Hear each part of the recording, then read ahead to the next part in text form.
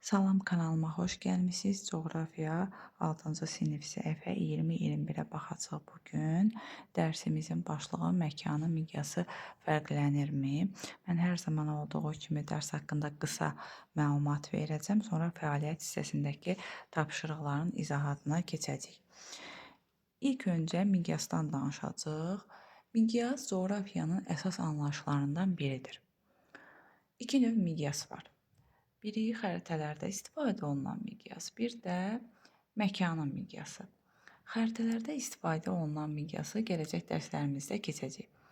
Biz bu gün sizinlə məkanın miqyasından danışacağıq. Məkanın miqyası hər hansı bir coğrafi hadisənin və ya prosesin baş verdiyi ərazinin ölçüsüdür.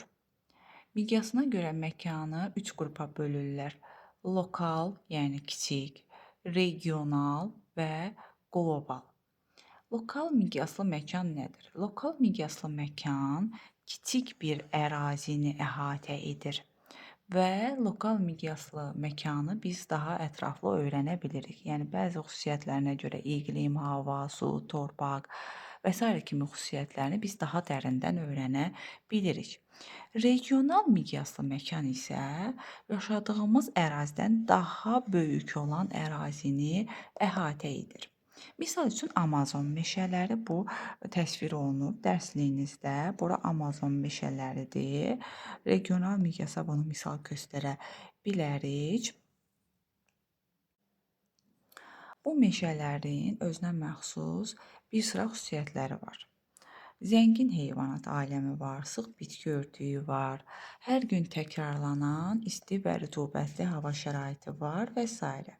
Həmin bu xüsusiyyətlər bu ərazini zəngin regiona çevirmişdir. Qlobal miqyaslı məkan nədir? Qlobal miqyaslı məkan bütün dünyanı əhatə edir. Qlobal miqyaslı məkana misal olaraq biz misal üçün Amazon meşələrinin məhv edilməsini göstərə bilərik. Yəni bunun təsirləri bütün dünyanı əhatə edir. Biz Amazon meşələrinin məhv edilməsini qlobal dəyişikliyə səbəb kimi göstərə bilərik. Yəni bu meşələr məhv edildikcə qlobal dəyişikliyə səbəb olur. Bu meşələr planetimizin oksigen mənbələrindən biridir. Əgər bu meşələr məhv olsa, havada oksigenin miqdarı azalar və bəşəriyyət üçün böyük təhlükə yaranar. Gəlin indi fəaliyyət hissəsindəki tapşırıqlara keçək. 1. Mətin və A şəklinə əsasən məkanın miqyasa görə genişlənməsini şərh edin. Mətin budur. Siz əvvəlcə bu mətni oxuyacaqsınız. Mən qısa məlumat verdim. A şəklimizdə budur. A şəklində miqyasın növləridir. Lokal miqyaslı məkan, regional miqyaslı məkan, qlobal miqyaslı məkan. Mən bunların hər biri haqqında məlumat verdim. İndi bizdən soruşur ki, mətin və A şəklinə əsasən məkanın miqyasa görə genişlənməsini şərh edin. Burada nə təsvir olunub? Yəni, hər hansı bir coğrafi hadisə ilk öncə kiçik ərazidə yayılarsa, daha sonra regional miqyasda yayılmağa başlayır, ondan sonra qlobal miqyasda yayılmağa başlayır. Yəni, biz məkanın coğrafi proseslərini, məkandakı coğrafi proseslərin tam və bütöv şəkildə nəzərdən keçirməliyik. Bundan başqa, yəni ərazinin xüsusiyyətlərini daha dərindən öyrənməliyik. Coğrafi prosesləri müxtəlif səviyyədə tədqiq etməliyik. Yer kürəsində baş verən mürəkkəb proseslərin səbəbləri, qanunauyğunluqları və nəticələrinin müəyyən edilməsi üçün məkanın fərqli miqyaslarda tədqiq etməliyik. Yəni həm lokal, həm regional, həm də qlobal miqyasda tədqiq etməliyik. Bu vacib məsələlərdəndir. İkinci tapşırığa baxırıq. B və C şəkillərini nəzərdən keçirin. B şəkli budur, C şəkli də budur. Nə deyir? A. B şəklindəki məkan, C xəritəsindəki hansı ölkələrin ərazisində yerləşir? Dünyanın siyasi xəritəsinə istinad edərək ölkələrin adlarını sadalayın. Mən xəritəni göstərim burada, xəritəni. Burada daha aydın görə bilərik. Baxaq görək bu meşələr dünyanın siyasi xəritəsi, daha doğrusu Cənubi Amerikanın siyasi xəritəsində hansı ölkələrdir? Baxaq, hansı ölkələrin ərazisində yerləşir? Braziliya ölkəsində yerləşir Amazon meşələri. Sonra Boliviyada, Peruda, Ekvadorda, Kolumbiyada, Venezuelada, Qayanada, bir də Surinamın ərazisinə düşür Amazon meşələri. Belə xəritədə göstərdik. İndi keçirik B variantındakı suala. B və C şəkillərindəki məkanlar nə ilə fərqlənir? B şəklində Amazon meşəsinin müəyyən bir ərazisi təsvir olunub və burada olan bitki, heyvan, sıx ağaclar verilmişdir. C şəklində isə Amazon meşəsinin Cənubi Amerika xəritəsi üzərində böyük bir ərazini tutduğu əks olunmuşdur. Cavabımız bu şəkildədir. İndi keçirik 3-cü suala. B və C təsvirlərini A şəklindəki hansı məkan miqyasında yerləşdirmək olar? B şəklində bayaq dedik, bu lokala aiddir. Çünki kiçik bir ərazidir. Yəni B şəkli lokal miqyaslı məkandır. C də bayaq dedik, regional miqyaslı məkandır. C-ni də biz regionala aid edə bilərik. Keçdik 4-cü suala.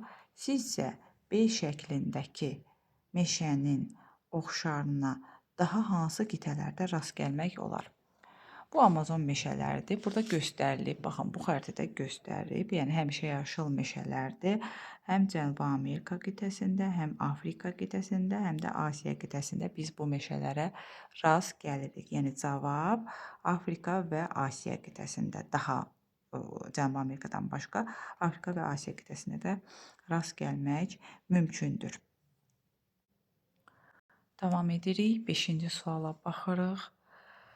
Y şəklinə əsasən, Y şəkli budur. Sualları cavablandırın. A variantı. B, C və D təsvirləri, B, C və D təsvirləri Y şəklində ifadə edilən amillərdən hansına uyğun gəlir, nə üçün? Deməli, Y şəklində göstərilən fərqli amillər, yəni sosial, mədəni, siyasi, iqtisadi, təbii, ekoloji, tarixi, məkan miqyaslarına görə dəyişir.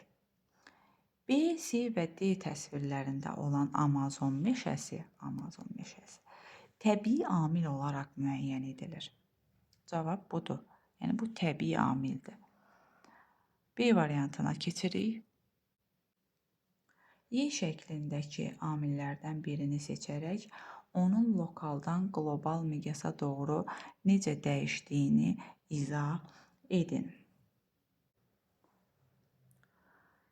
Deməli, nümunə üçün biz tarixi amil seçə bilərik. Tarixi şəhərlərdən olan Bakı, Şəki və s.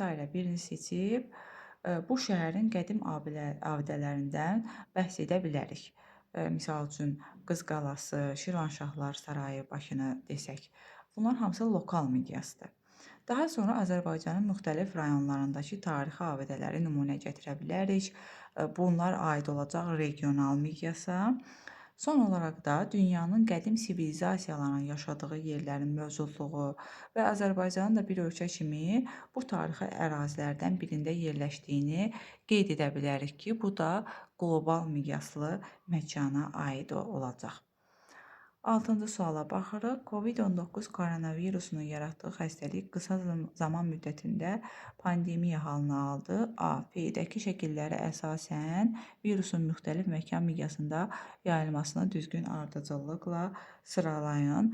Təbii ki, F şəklindəki düzgün ardıcıllıq lokaldan qlobala doğru gedəcək. Yəni lokal 2, sonra regional 1, ən sonda bütün dünyanı əhatə etdi 3.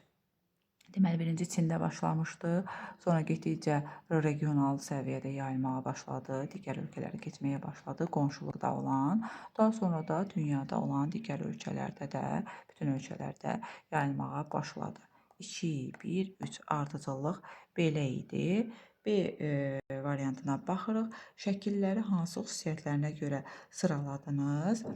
İki də Çinin Yuhan şəhərinin virusdan təmizlənməsinə aid şəkil bu. Problemin lokal miqyasda həllinə aiddir. Birinci, Çinin xəritəsi olduğu üçün eyni prosesin regional miqyasda aparıldığını göstərir. Üçüncü şəkil isə xəstəliyin artıq pandemiya halına keçərək bütün dünyaya yayıldığını təsvir edir. Belə. Bu dərsimiz bu qədər idi. Ümid edirəm ki, sizlər üçün faydalı video olmuşdur. Ümid edirəm ki, siz nələrsə öyrəndiniz. Kanala abunə olmağı unutmayın. Abunə olun ki, digər şagirdlər də görsün, digər insanlar da faydalansın bizim videolarımızdan. Hər birinizə təşəkkür edirəm. Gələn videolarda görüşmək üzrə. Sağ olun.